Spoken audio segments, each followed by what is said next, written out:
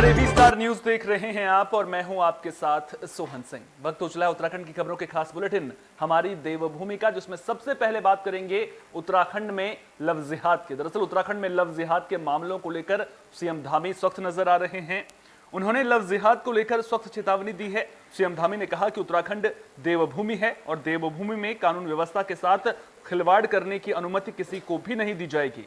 अगर कोई कानून को अपने हाथ में लेता है तो उस पर सख्त कार्रवाई की जाएगी।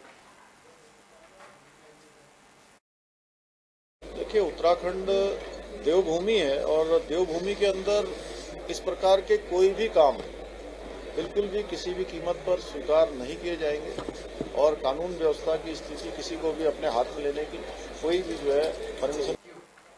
रोजगार के मुद्दे पर विपक्ष का प्रदर्शन देखने को मिल रहा है। वहीं दूसरी ओर उत्तराखंड सरकार रोजगार मुहैया कराने को लेकर सार्थक प्रयास करती हुई नजर आ रही है। इसी कड़ी में देहरादून में सीएम धामी ने सैकड़ों युवाओं को नियुक्ति पत्र सौंपा। बता दें कि ये सभी युवा प्राविधिक शिक्षा के जरिए शिक्षित हुए हैं और रोजगार की तलाश कर रहे थे। मुख्यमंत्री पुष्कर सिंह धामी ने कहा कि प्रधानमंत्री नरेंद्र मोदी ने संकल्प लिया है कि हर साल 10 लाख युवाओं को रोजगार मुहैया कराना है। उत्तराखंड सरकार भी उसी दिशा में काम कर रही है। मुख्यमंत्री धामी ने कहा कि हमारी कोशिश है कि जितने भी सरकारी विभाग हैं उनकी रिक्तियां भर दी जाएं और स्वरोजगार के जरिए, प्लेसमेंट के जरिए या फिर अन्य माध्यमों से सभी युवाओं को रोजगार मुहैया कराया जाए। छात्रों ने भी प्लेसमेंट पाकर प्रसन्नता जाहिर की है। मोदी जी के संकल्प कि अगले 1 साल के अंदर 10 लाख लोगों को रोजगार दिया जाएगा, उस क्रम में उत्तराखंड में भी जो हमारे यहाँ पर जितने भी रिक्त स्थान हैं उन सभी रिक्त स्थानों को भरने की प्रक्रिया लगातार जारी है। उसी क्रम में आज प्राविधिक शिक्षा के 2100 से भी ज़्यादा जो बच्चे जो विभिन्न संस्थानों में जिनको प्लेसमेंट मिला है उन सभी को आज नियुक्ति पत्र दिए जा रहे हैं और हमारा प्रयास है कि आने वाले समय में जहां जो सरकारी नियुक्तियां हैं उनको 100% भरना है। उसके लिए लगातार जो कैलेंडर है वो हमारा जारी है, उस कैलेंडर के अनुरूप लगातार। रुद्रपुर में बीजेपी कार्यकर्ताओं ने अरुण सिंह का जोरदार स्वागत किया। आपको बता दें कि अरुण सिंह बीजेपी श्रमिक विभाग के जिलाध्यक्ष हैं। उनके नेतृत्व में रुद्रपुर श्रमिक विभाग के नगर अध्यक्ष ने बैठक में नगर कमेटी का चयन किया। इस दौरान बीजेपी श्रमिक विभाग के जिलाध्यक्ष अरुण सिंह ने कहा कि केंद्र सरकार, राज्य सरकार द्वारा श्रमिकों के हितों में जो भी योजनाएं चला रही है उसका लाभ श्रमिकों तक पहुंचाने के विषय में बातचीत हुई है और आगे उधम सिंह नगर में राष्ट्रीय लेवल की एक बैठक का भी आयोजन किया जाएगा। आज रुद्रपुर में भारतीय श्रमिक कामगार की नगर में बैठक हुई, जो गजेंद्र जी नगर अध्यक्ष हैं उनके माध्यम से जो भी राज्य सरकार, केंद्र सरकार के द्वारा जो भी योजनाएं चलाई जा रही हैं वो जो भी हमारे श्रमिक के लाभार्थी हैं उन तक जो भी योजनाएं हैं उन तक पहुंचाने का कार्य हम करेंगे। धामी सरकार अतिक्रमण के खिलाफ सख्त नजर आ रही है। लगातार सरकारी जमीनों से अतिक्रमण हटाने का काम किया जा रहा है। वहीं उधम सिंह नगर जिले में सरकारी जमीन से हटाए जा रहे अतिक्रमण के विरोध में किच्छा से कांग्रेस के विधायक तिलकराज बेहड़ ने समर्थकों और किच्छा के स्थानीय लोगों के साथ कलेक्ट्रेट गेट पर धरना प्रदर्शन किया। इस दौरान प्रदेश सरकार के खिलाफ जमकर नारेबाजी की गई। धरने पर बैठे किच्छा विधायक तिलकराज बेहड़ ने कहा कि सरकार ने किसी भी गरीब को बसाने का काम तो नहीं किया, लेकिन बीजेपी सरकार तानाशाही रवैया अपनाते हुए लोगों के आशियाने को तोड़ने का काम कर रही है। उन्होंने कहा कि अगर सरकार ने अपने इस रवैये को ठीक नहीं किया तो आने वाले वक्त में उग्र आंदोलन किया जाएगा। इसके साथ ही उनके द्वारा जिला प्रशासन को भी चेतावनी देते हुए कहा गया कि अगर गरीब लोगों के घरों को तोड़ने के लिए टीम पहुंचेगी तो अब टीम को विरोध का सामना भी करना पड़ेगा। आपको बता दें कि किच्छा विधायक तिलकराज बेहड़ के साथ सैकड़ों की संख्या में लोगों ने हाथों में तख्तियां लेकर रुद्रपुर के कलेक्ट्रेट गेट पर धरना प्रदर्शन किया और केंद्र की मोदी और राज्य की धामी सरकार के खिलाफ जमकर नारेबाजी की। हम सरकार से अपील कर रहे हैं, हम निवेदन कर रहे हैं कि इस अभियान को बंद कर दो। लोग बर्बाद हो रहे हैं, ये लोग सब विरासत में मिले हैं राज्य को, इनको उजाड़ना। आज 20 साल हो गए राज्य बने हुए, 22 साल। आज आपको याद आ रही है उजाड़ने की। इनको उजाड़ना बंद करिए, इनके लिए रोजगार दीजिए, इनको पुनर्वास करिए। इनका आज पुनर्वास की जरूरत है, लोगों को रोजगार देने की जरूरत है। तो इस लड़ाई को हम लोग लड़ रहे हैं और ये आम आदमी की लड़ाई है। व्यापार मंडल इसके अंदर शामिल हैं, किसान संगठनों के लोग शामिल हैं, सभी जनप्रतिनिधि गाँवों के प्रधानों से लेकर पंचायतों तक के लोग शामिल हैं। तो अभी तो ये अंगड़ाई है, आगे और लड़ाई है। अभी तो छोटा भी प्रदर्शन में तो जो कुछ हजारों के लोग संख्या में आए हैं। गर्मियों का मौसम शुरू हो चुका है और गर्मियों के मौसम में उत्तराखंड के जंगलों में आग लगने के मामले भी सामने आने लगे हैं। आलम यह है कि जंगल जंगल आग लगी हुई है और वनाग्नि का तांडव देखने को मिल रहा है। लाखों की वन संपदा का नुकसान झेलने को जो प्रशासन है वो मजबूर हो रहा है। पौड़ी जिले के श्रीनगर में वनाग्नि का तांडव भी देखने को मिला है। बुगानी रोड के जंगल धू धू कर जल रहे हैं, लेकिन हैरानी की बात यह है कि कल जब 5 जून को पर्यावरण दिवस मनाया जा रहा था, इस मौके पर ना ही कोई अधिकारी और ना ही किसी पर्यावरणविद ने नष्ट होती वन संपदा की ओर ध्यान दिया। खास बात यह है कि ये जंगल पिछले 2 दिन से बदस्तूर जल रहे हैं। स्थानीय निवासी कार्तिक बहुगुणा का कहना है कि जंगलों में लगी आग चिंता का विषय है और लोग जंगलों के प्रति उदासीन है। तो आप तस्वीरों के जरिए भी देख सकते हैं किस तरह से उत्तराखंड के जंगलों में आग लगी हुई है।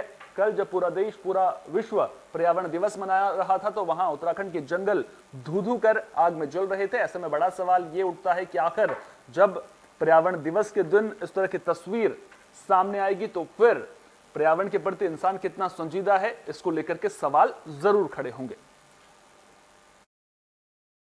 बिल्कुल, ये बहुत ही दुखदायक ये घटना है कि हमारे श्रीनगर शहर में आज ये पूरा जंगल जल रहा है और ये कई दिनों से जंगल जल रहा है, बार बार जलता आ रहा है। और आज विश्व पर्यावरण दिवस भी है, जहाँ एक तरफ लोग, कई बड़े बड़े लोग, मैं कहूँगा कि वो लोग एसी में बैठकर अपनी गोष्ठियाँ कर रहे होंगे, पेड़ लगा रहे होंगे, लेकिन जो हमारे कई सालों से पेड़, जो इतने बड़े बड़े जो पेड़ लगे हुए हैं, उनकी कोई चिंता किसी को नहीं है। एक तरफ मतलब पूरा जंगल ही ये देख सकते हैं, पूरा जल चुका है। मेरे पीछे आप रोड भी देख रहे होंगे, मतलब हम यहाँ से आगे जाने को भी डर रहे हैं कि पूरी रोड में आ गया और पूरा धुआं ही धुआं हो चुका है। बहुत ही ये दुखद है ये चीज़ है कि विश्व पर्यावरण दिवस के दिन भी आज यहाँ जंगलों में आग लग रही है। उत्तराखंड के पहाड़ी इलाकों में जंगली जानवरों का आतंक लगातार देखने को मिल रहा है। जंगली जानवरों के आतंक से लोग परेशान हैं। उधम सिंह नगर के काशीपुर में भी लगातार तेंदुए की दस्तक से लोगों में दहशत देखने को मिल रही है। लोगों ने वन विभाग को भी तेंदुए की जानकारी दी, लेकिन विभाग की तमाम कोशिशें फिलहाल नाकाम साबित हो रही हैं।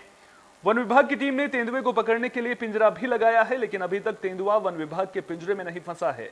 काशीपुर के मानपुर रोड पॉलिटेक्निक के पास एक बार फिर तेंदुए ने बकरी को अपना शिकार बनाने की कोशिश की, लेकिन बकरी के मालिक की हिम्मत के आगे शिकारी तेंदुए की कोशिशें भी नाकाम हो गई। जैसे ही तेंदुए ने बकरी पर हमला किया, वैसे ही बकरी के मालिक ने तेंदुए को धक्का देकर बकरी की जान बचा ली। मामले की जानकारी मिलने पर पहुंची वन विभाग की टीम ने तेंदुए को जल्द पकड़ने का आश्वासन दिया है। हॉटस्पॉट बना हुआ, लगातार कई आबादी वाले मोहल्लों से जहाँ पे कि रात दिन उसकी तेंदुए की आवाजाही देखी जा रही है। कई बार सीसीटीवी कैमरे में भी वो आया है।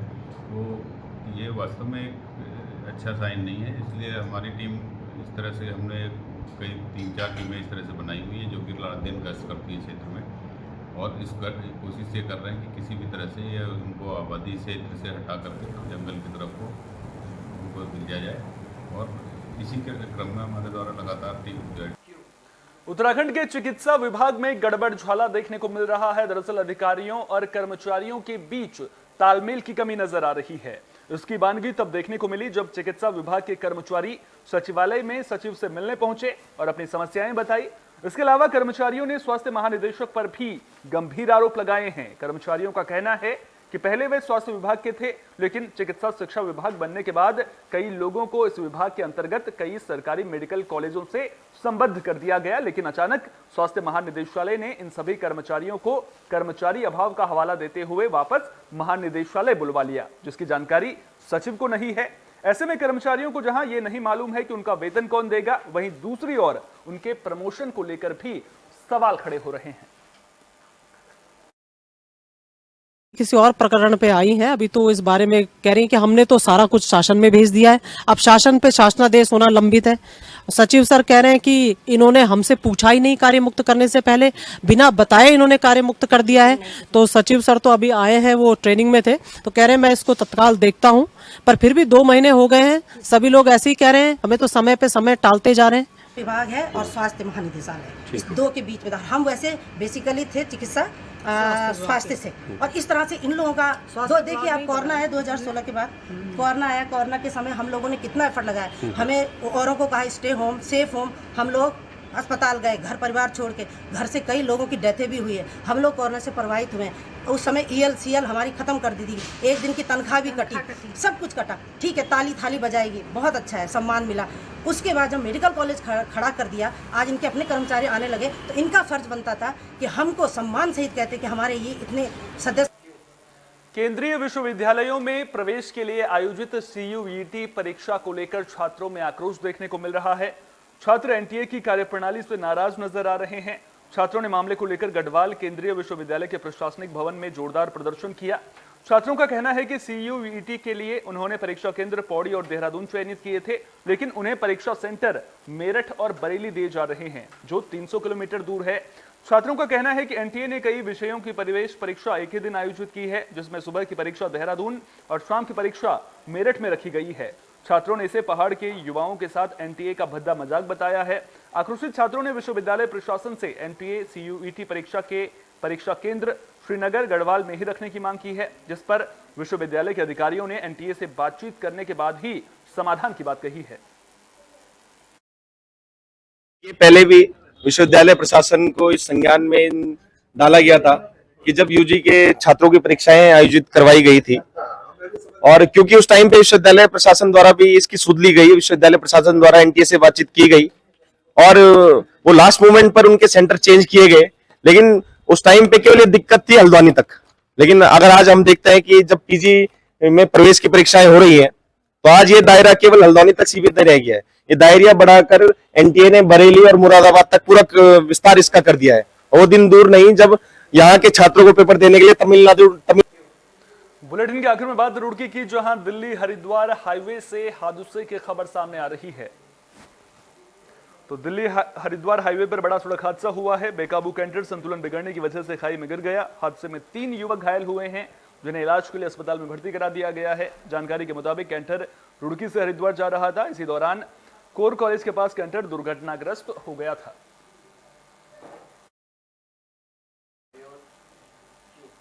उत्तराखंड की खबरों के खास बुलेटिन हमारी देवभूमि में फिलहाल के लिए इतना ही। देश दुनिया की तमाम अहम खबरों के लिए बने रहिए ABC न्यूज के साथ। फिलहाल दीजिए इजाजत, नमस्कार।